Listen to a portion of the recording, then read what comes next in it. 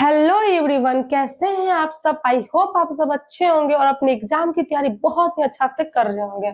तो आशा है कि आप लोग मेरे साथ जुड़कर बहुत अच्छा से तैयारी कर रहे होंगे। तो मैं आज फिर से एक वीडियो लेकर आ गई हूँ जो कि आपके एग्जाम पैटर्न पे निर्धारित है। एग्जाम पैटर्न पे ही वो क्वेश्चन मैं करवा रही हूँ जो क्वेश्चन पूछने वाला है या पूछेगा, उसी टाइप का क्वेश्चन मैं करवा रही हूँ। हर वीडियो में 2 से 3 क्वेश्चन मैं करवा रही हूँ। आपके लिए इंपॉर्टेंट होने वाला है ये क्वेश्चन। देख लीजिए क्वेश्चन क्या है।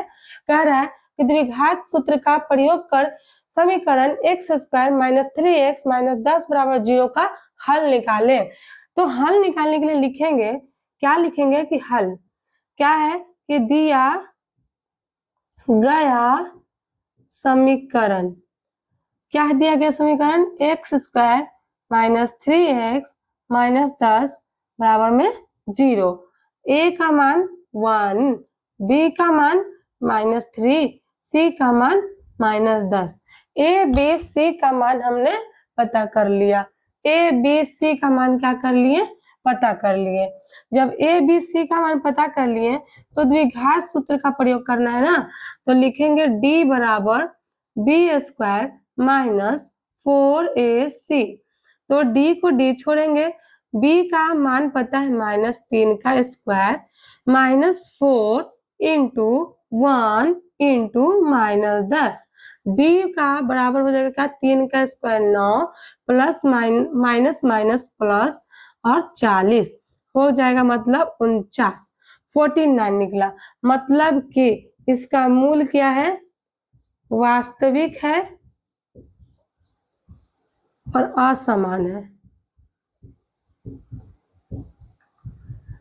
जब वास्तविक असमान होगा तो इसका x भी निकलेगा। तो x बराबर निकालने के लिए फॉर्मूला ये आपने पढ़ा होगा, x बराबर minus B plus minus under root D बटा में 2 है। x को x ही छोड़ना है, माइनस बी मतलब माइनस पहले से और माइनस 3 यहाँ पे है।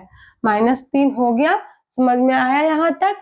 समझ में आया है तो प्लीज आप लोग कमेंट करिए कि मैम मुझे समझ में आ रहा है। जिन बच्चों को समझ नहीं भी आ रहा है वो भी कमेंट करें मुझे, ठीक है। सब बच्चा का रिप्लाई दिया जाएगा।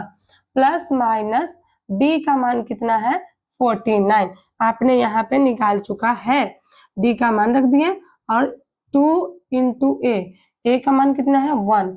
अब x बराबर फिर से निकालेंगे, minus minus plus 3 plus minus 49 किसका है, 7 का है।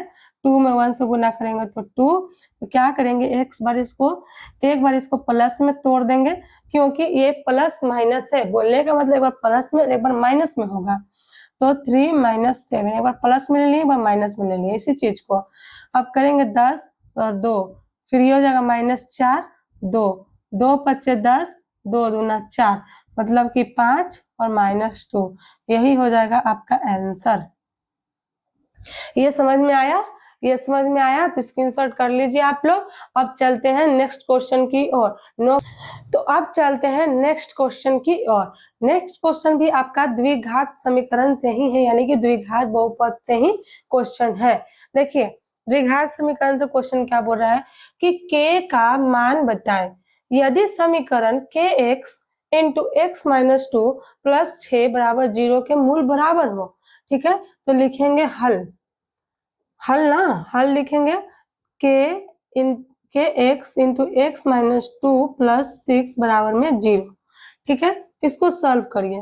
तो के एक्स में एक्स से गुना करेंगे तो एक्स स्क्वायर, इसमें करेंगे तो माइनस 2x और इसमें करेंगे तो 6 हो जाएगा प्लस 0। यहाँ तक समझ में आया, यहाँ तक समझ में आया। अब यहाँ आने के बाद हम लोग a का, b का और c का मान ज्ञात कर लेंगे। a का मान हो जाएगा k, b का मान हो जाएगा माइनस 2, c का मान हो जाएगा 6। अब बोल रहा है क्या कि द्विघात समीकरण का k का मान ज्ञात करना है।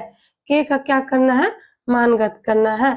मतलब कि d बराबर b स्क्वायर माइनस 4ac होगा। तो b कौन है, माइनस 2 का square minus 4 into a into c, यही ना है। c की जगह पे 6 मान रख दिए सबका।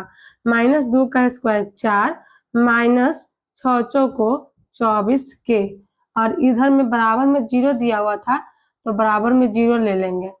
क्या? बराबर में 0। जैसे ही बराबर में 0 लेंगे तो ये क्या हो जाएगा? बराबर बराबर इम्प्लाई बराबर और बराबर एक साथ नहीं रहता है, इम्प्लाइज का चिन्ह लग जाता है।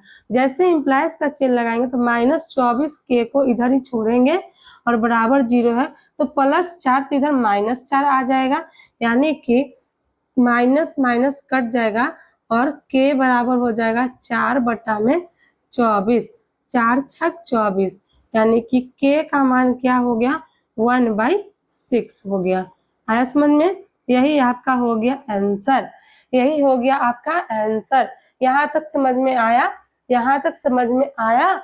यहाँ तक जिन बच्चों को समझ में आया है तो प्लीज मुझे प्यारे प्यारे कमेंट करिए और मुझे हौसला दें।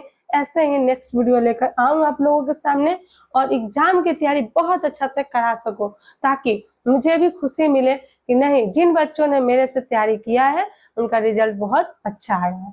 और रिजल्ट का चिंता मत करिए, मैं लास्ट तक आप लोग के साथ रहूंगी। मैं बार बार बोल रही हूँ, जिन बच्चों को मेरे से साइंस का भी वीडियो चाहिए वो कमेंट करें, मैं साइंस का भी वीडियो जरूर डालूंगी, अपलोड करूंगी। बस आप लोगों का वेट है बच्चा लोग, बस आप लोग का वेट है। प्लीज मुझे सपोर्ट करिए, आगे बढ़ाइए।